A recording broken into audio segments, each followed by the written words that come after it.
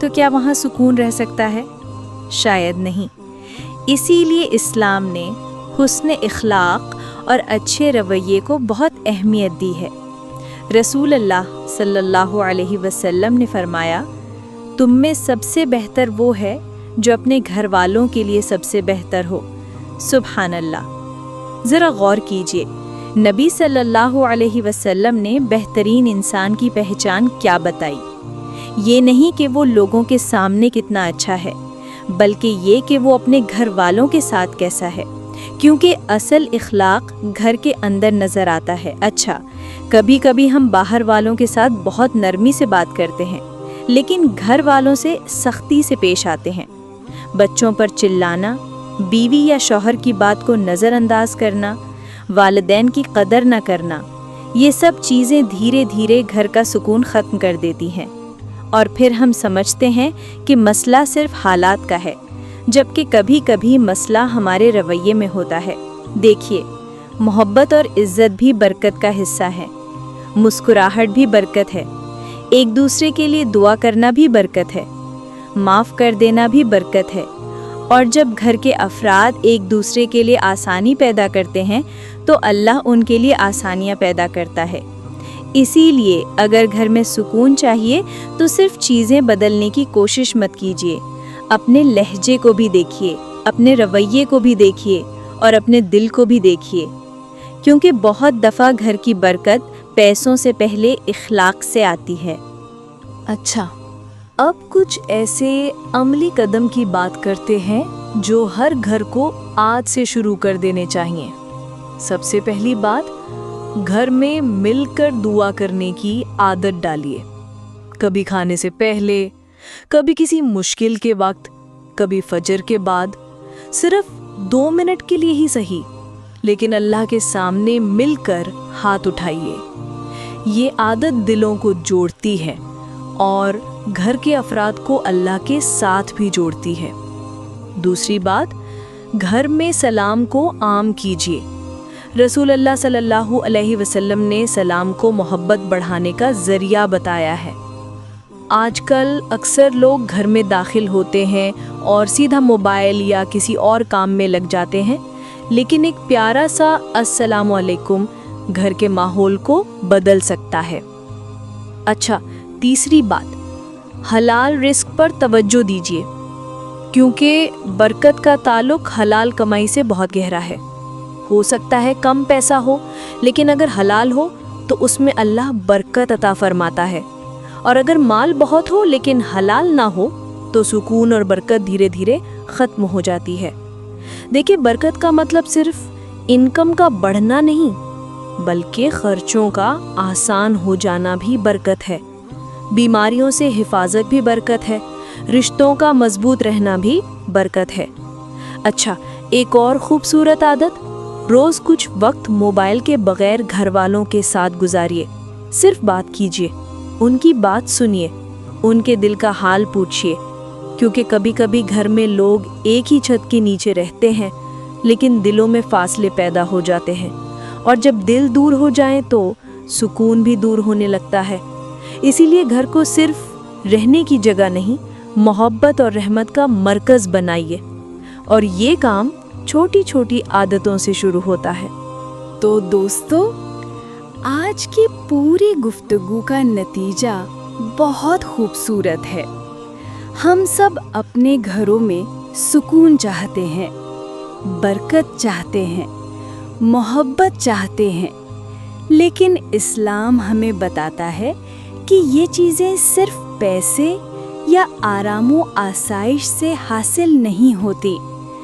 اصل سکون اللہ کی یاد سے آتا ہے، اصل برکت اللہ کی اطاعت سے آتی ہے، اور اصل خوشحالی دلوں کے جڑنے سے آتی ہے۔ دیکھیے، اگر گھر میں نماز ہو، قرآن ہو، سلام ہو، محبت ہو، ایک دوسرے کے لیے عزت ہو اور حلال رزق ہو، تو چھوٹا گھر بھی جنت کا ایک چھوٹا سا کونا بن سکتا ہے۔ اور اگر یہ چیزیں نہ ہوں تو بڑی سی بڑی عیش و عشرت بھی دل کو سکون نہیں دے سکتی۔ اللہ تعالیٰ فرماتے ہیں، جو کوئی نیک عمل کرے، مرد ہو یا عورت، اور وہ مومن ہو، تو ہم اسے پاکیزہ زندگی عطا کریں گے۔ سبحان اللہ! یعنی اللہ نے صرف زندگی کا وعدہ نہیں کیا، بلکہ پاکیزہ زندگی کا وعدہ کیا ہے۔ ایسی زندگی جس میں سکون ہو، برکت ہو، دل کا اطمینان ہو۔ اچھا، آج اگر آپ اپنے گھر میں برکت دیکھنا چاہتے ہیں تو کسی بڑی چیز کا انتظار مت کیجیے۔ آج سے ہی ایک چھوٹا قدم اٹھائیے۔ نماز کی پابندی، قرآن کی تلاوت، سلام کو عام کرنا، گھر والوں کے ساتھ نرمی سے بات کرنا اور اللہ کا شکر ادا کرنا۔ یقین مانیے، جب چھوٹی چھوٹی نیک عادتیں جمع ہوتی ہیں تو اللہ ان سے بڑی برکتیں پیدا کر دیتا ہے۔ آئیے آخر میں دعا کرتے ہیں۔ یا اللہ، ہمارے گھروں میں اپنی رحمت نازل فرما، ہمارے دلوں میں محبت پیدا فرما، ہمارے گھروں کو نماز اور قرآن سے روشن فرما، ہمارے رزق میں برکت عطا فرما، ہمارے درمیان کی ناراضگیاں اور فاصلے دور فرما، اور ہمارے گھروں کو دنیا اور آخرت کی خوشیوں کا ذریعہ بنا۔ آمین یا رب العالمین۔ اگر آج کی گفتگو آپ کو پسند آئی ہو تو ویڈیو کو لائک اور شیئر ضرور کیجیے، اور سر ہدایت کو سبسکرائب کرنا اور بیل آئیکن دبانا مت بھولیے۔ انشاءاللہ کل اسی وقت ایک نئے سوال اور ایک نئی گفتگو کے ساتھ ملاقات ہوگی۔ اپنا بہت خیال رکھیے گا اور مجھے بھی اپنی دعاؤں میں یاد رکھیے گا۔ السلام علیکم ورحمۃ اللہ وبرکاتہ۔